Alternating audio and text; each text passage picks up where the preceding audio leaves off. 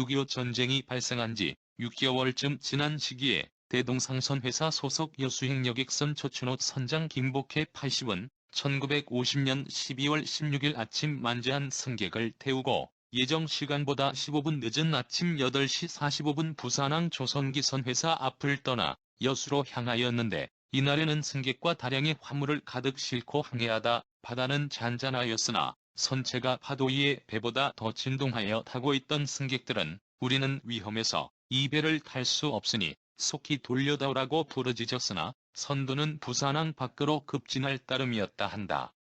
이때에 크게 위험을 느낀 승객들은 빨리 돌려다오라고 연달아 아우성치므로 출발 15분 후인 9시경 부산항 방파제 밖에 이르렀을 때 선장 김씨도 부득이 회항할 것을 결심하고 타선을 급히 돌리는 바람에 진동하던 선체는 전복되어 침몰되고 말았다.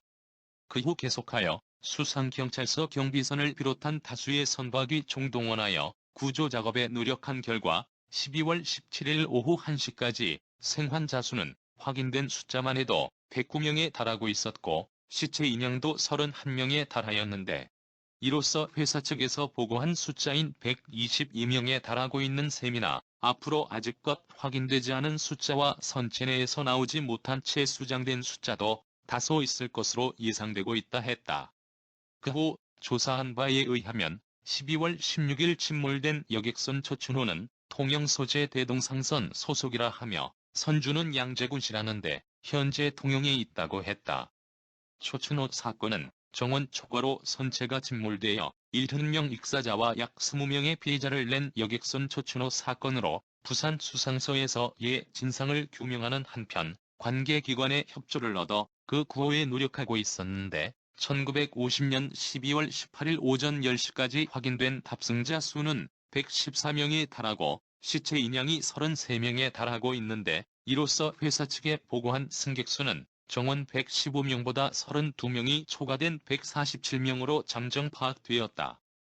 그런데 아직도 선실에서 나오지 못한 채 수장된 수는 알 수 없다. 초과 인원이 대부분은 편승권 소지자와 12세 미만의 유아들이라고 했다. 침몰 선체는 1950년 12월 17일에는 150명의 군까지 출동하여 인양을 노력했으나 때마침 강한 바람이 불어 작업에 지장을 초래하여 성공을 이루지 못하였고, 1950년 12월 18일에도 150톤의 기중기와 다수의 선박이 출동하여 선체의 인양 작업을 계속한 결과 12월 18일 오후까지 인양이 계속 진행했고, 사건 발생 후 4일째인 1950년 12월 19일 선체의 인양 작업과 아울러 시체 인양을 끝마쳤는데, 12월 19일까지 확인된 시체 수는 12세 미만의 유아를 포함하여 70명에 달하였고, 실종자가 20여 명으로 사망자는 90여 명으로 밝혀졌으나 생환자 수를 밝히지 않는 당국의 하는 짓을 보면 이보다 훨씬 많은 100여 명 이상이 훌쩍 넘을 것으로 보입니다. 생환자 수는 조사의 미완료의 이유로 공식 발표를 회피하고 있었다. 그러나 현재까지 판명된 숫자만 볼 때 정원 및 회사 측에 보고한 숫자보다는 훨씬 초과되고 있었다는 것은 의심 여지도 없게 되었다.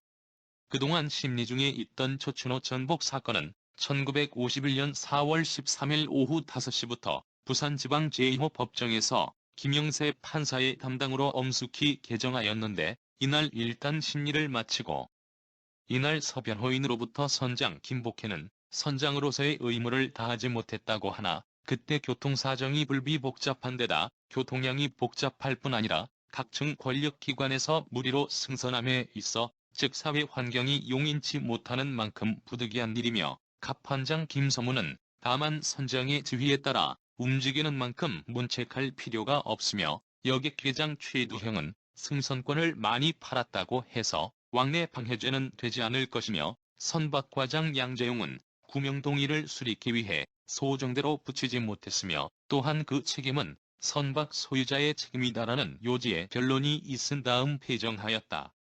1950년 12월 16일 오전 8시 30분에 남항 방파제 앞에서 침몰한 조춘호 사건에 대한 공판이 1951년 4월 20일 부산지방법원 법정이 열려서 선장 김복혜는 금고 1년 6개월, 선박과장 양재용에게는 벌금 5만 원, 갑판장 김서문과 여객회장 최두영에게는 무죄를 박상문 판사로부터 각각 최종 언도되었다.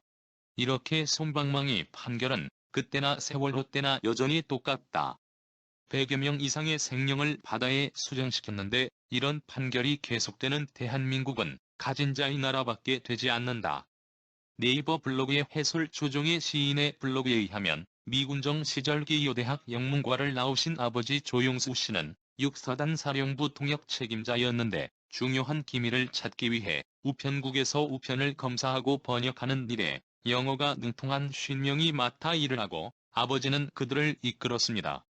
아버지는 부산역 광장에서 며칠을 지새우며 누렇게 뜬 수많은 귀한 동포들에게 적삼집을 구해주었고 6.25 때는 피난민을 위해 분골쇄신하셨습니다. 내가 4살 되던 해 겨울 초춘호 여객선에 승선하여 친구와 함께 아버지는 삼천포의 작은 할아버지 기일을 지내러 출발하셨습니다. 너무 많은 인원과 화물을 실은 배에 물이 넘어나자 승선자들이 더 이상 갈 수 없이 위험하니 배를 돌려라고 아우성을 쳤습니다. 파도도 잔잔한 부산 송도 앞바다에서 함께 승선한 헌병이 선장에게 총을 겨누었고 급히 회항하다가 출발 30분 만에 초춘호 여객선 대참사가 일어났습니다. 여객선 부산에서 여수 출항을 허락한 수상경찰서에는 100명이 넘는 시체를 안치시켰고 시체를 찾으러 울부짖는 가족들의 행렬이 오래도록 끊이지 않았고 부산 항만은 무조건 유가족을 육박지르고 막아내는 경찰과 대립하는 아수라장이 되었습니다. 나는 4살의 아버지를 잃었습니다. 그 진상을 찾아다니다 부산일보에서 뒤늦게 기사를 읽고 통곡을 했습니다. 억울하게 돌아가신 나의 아버지 이름 조용수와 주소와 40세 나이를 발견했습니다. 그런데 왜입니까? 그 이후로 초춘호 침몰 사고는 사라지고 말았습니다. 왜 역사의 기록에서 그 사건은 없었던 일이 되어버렸을까요? 2006년도 과거사 진상조사로 밝혀진 바에 의하면 이승만 대통령이 가장 신임한 교통부 장관 김석관 아들이 초춘호 여객선을 운영하는 대동선박회사의 부지사장이었습니다. 1950년 12월 16일 초춘호 침몰 사건 뒤에 1953년 1월 9일에 다대포 앞 해상 거북섬으로부터 200m 떨어진 부산 서남방사리 지점에서 강풍을 만나 침몰하여 300여 명의 생명을 수장시킨 창경호 침몰 사고도 대동선박회사의 소속이었습니다. 사라진 초춘호 여객선 침몰 사건을 반드시 역사 앞에 그 진상이 밝혀지고 내 아버지와 함께 사망한 이들의 한을 풀어낼 수 있게 되기를 오늘도 눈물로 호소합니다. 라고 호소하고 있습니다. 초춘호의 진실이 어디까지인지 알 수가 없네요. 사망자가 90여 명으로 언론에 나와 있는데 조정의 시인은 100명 이상이라고 하시네요. 뭔가 숨기는 부분이 많이 발견이 됩니다. 저도 초춘호 침몰 사고는 전혀 들어본 적이 없었는데 연호 침몰에서 제5편 2회 언급을 보고 추적하여 제5편 2호 침몰 사건을 알게 되었고 제5편 2회에서 초춘호와 편리회 언급을 보고 영상을 준비하게 되었습니다. 6.25 중에 발생한 초춘호 침몰 사고가 널리 알려지길 기원하며 과거사 진상조사도 엄밀히 밝혀지길 바라봅니다. 시청하여 주셔서 감사합니다. 구독은 사랑입니다. 마음에 드셨다면 구독을 꼭 눌러주세요. 행복한 하루 되세요.